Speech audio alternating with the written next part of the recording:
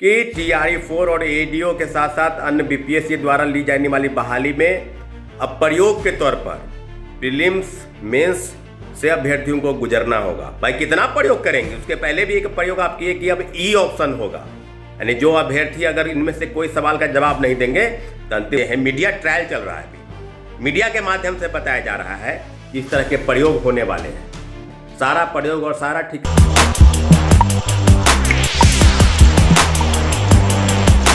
नमस्कार, मेरा नाम है कुणाल और वही सब देख रहे हैं। देखिए, टीआरई 4 समेत जितनी भी परीक्षाएं बीपीएससी लेगी उसमें अब प्रीलिम्स और मेंस का एग्जाम जो है वो निकालना होगा, जिसको लेकर के अभ्यर्थियों में आक्रोश है कि आखिर हम सीटेट और बीएड क्यों करें जब हमको प्रीलिम्स और मेंस देना ही है। तो हालांकि अभी तक बीपीएससी की तरफ से कोई क्लियरिफिकेशन नहीं आया, लेकिन मीडिया की तरफ से और तमाम जगहों की तरफ से खबर चल रही है कि अब बीपीएससी जो भी एग्जाम लेगी वो उसमें प्रीलिम्स और मेंस जो है ऐड कर देगी।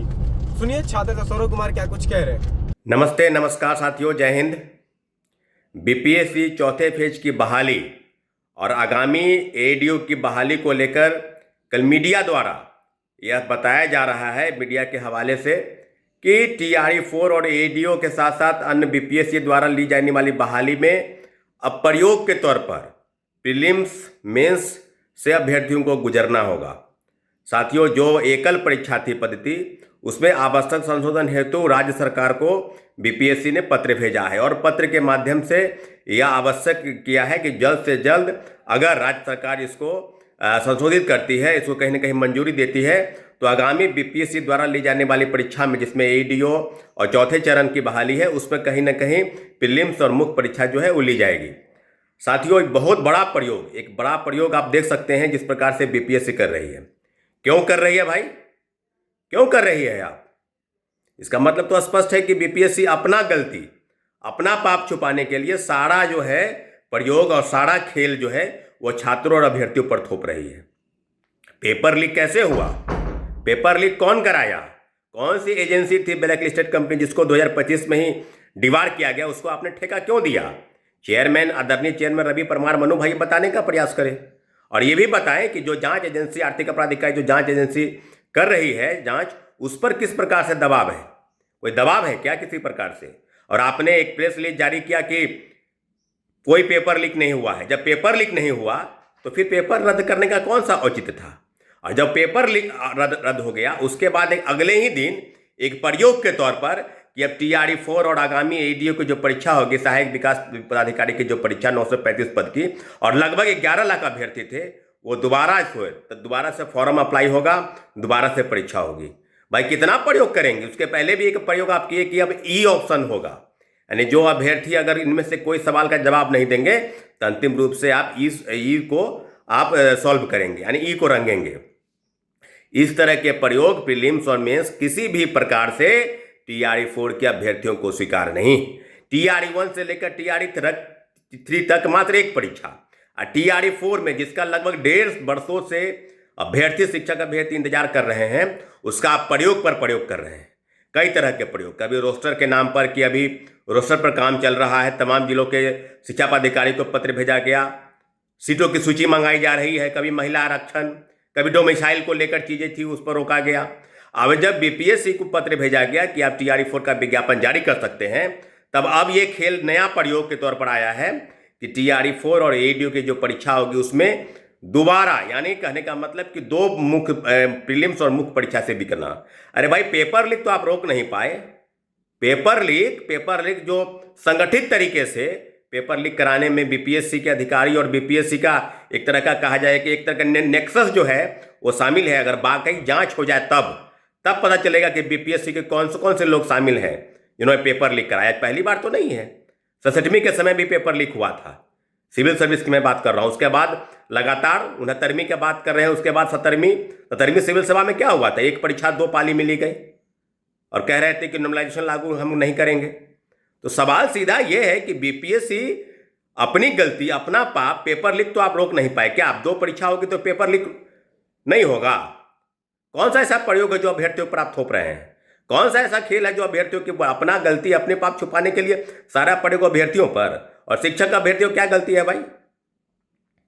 पहले से वो बीएड करते हैं, उसके बाद सीटेट, बीटेट, डीएलएड, एसटीईटी और उसके बाद शिक्षक बहाली की परीक्षा पास करके तब वो शिक्षक बनेंगे। तो फिर ये इतना प्रयोग क्यों? प्रीलिम्स और मेंस क्यों? प्रीलिम्स और मेंस किसी भी प्रकार से चौथे चरण की बहाली पर शिक्षक अभ्यर्थियों को स्वीकार नहीं। थोड़ा लाभ अगर तौर पर आप देख सकते हैं तो कुछ अभ्यर्थी मानते हैं कि थोड़े बहुत लाभ हो सकते हैं, क्योंकि पेपर लीक कहीं ना कहीं रुक जाए। पेपर लीक कैसे रुकेगा भाई? प्रीलिम्स की भी तो परीक्षा होती है।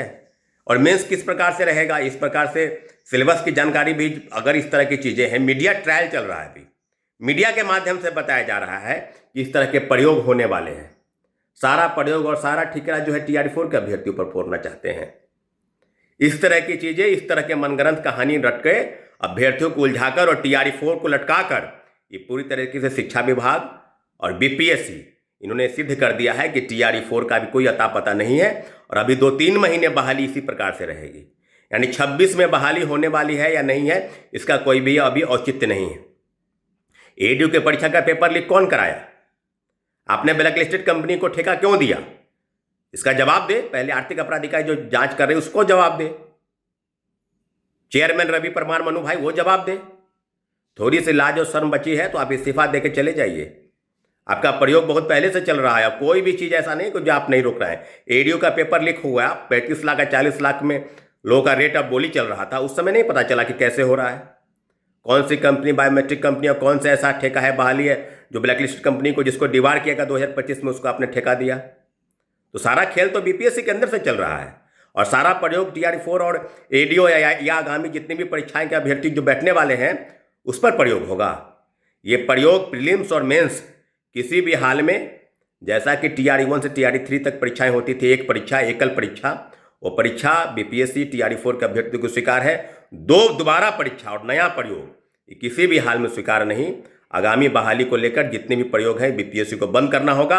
और पेपर लीक और धांधली सेटिंग को लेकर आदरणीय मुख्यमंत्री से आग्रह है कि एक बार खुली छूट मिले SIT को, ताकि दूध का दूध और पानी का पानी हो जाए कि कौन ऐसे लोग हैं जो BPSC द्वारा संचालित सारी परीक्षाओं के पेपर लीक कराकर और छोटे मोटे पैदों को गिरफ्तार करवाकर उस तरह की चीज़ों को करते हैं। कहीं ना कहीं कोचिंग माफिया, शिक्षा माफिया और कई ऐसे नेक्सस हैं जो बड़े स्तर पर बिहार में फल फूल रहा है, और बिहार ही नहीं पूरे देश में फल फूल रहा है। तो उस नेक्सस को समाप्त किए जाने की जरूरत है, एक ठोस कार्रवाई की जरूरत है, ताकि एक नया जो कानून बना है उस कानून का भी कहीं कोई इस्तेमाल नहीं हो रहा है। कभी 35 लोग गिरफ्तार होते हैं, कभी 50 लोग गिरफ्तार। ये गिरफ्तारी वो छोटे मोटे पैदों की नहीं, बड़े स्तर पर अब बड़े लोग पर कार्रवाई जरूरत है, तभी ये पेपर लीक रुकेगा। नहीं तो यूं ही चलता रहेगा पेपर लीक और सारा प्रयोग अभ्यर्थियों के ऊपर होगा। इसलिए मुख्यमंत्री जी से आग्रह है कि इस तरह का आप ठोस और खुली कार्रवाई दें, इजाजत दे, ताकि जो एजेंसी है वो अभ्यर्थियों के ऊपर इस प्रकार से चीज़ें का प्रयोग BPSC न करे, जो BPSC लगातार प्रयोग कर रही है। पेपर लीक, धांधली सेटिंग तो आप रोक नहीं पाए और सारा प्रयोग BPSC के अभ्यर्थियों पर आप थोप रहे हैं। ठीक है साथियों, बहुत बहुत धन्यवाद। तो सुना आपने किस तरह से जब भी ये पेपर होगा उसका विरोध किया जाएगा। आखिर ADU पेपर आपने लीक रोक नहीं पाया, रद्द कर दिया उसको। 11 लाख अभ्यर्थी फिर से फॉर्म भरेंगे, फिर से पैसा देंगे, तो समझ जाइए कि ये मजाक चल रहा है। और जो भी बातें कही जा रही है, BPSC ने अभी तक क्लिफिकेशन नहीं दिया है। जैसे ही क्लिफिकेशन देता है कि BPSC की सारी परीक्षाओं में, आगामी परीक्षाओं में जो है प्रीलिम्स और मेंस का एग्जाम होगा, तो अभ्यर्थी जो है जोरदार विरोध करेंगे। और ADU और TRE-4 में भी मेंस और प्रीलिम्स होने की बात कही जा रही है। छात्रों को सौरभ कुमार क्या कुछ कह रहे थे आपने सुन लिया। बस हमारे चैनल को सब्सक्राइब करें, सब्सक्राइब करें। बहुत बहुत धन्यवाद।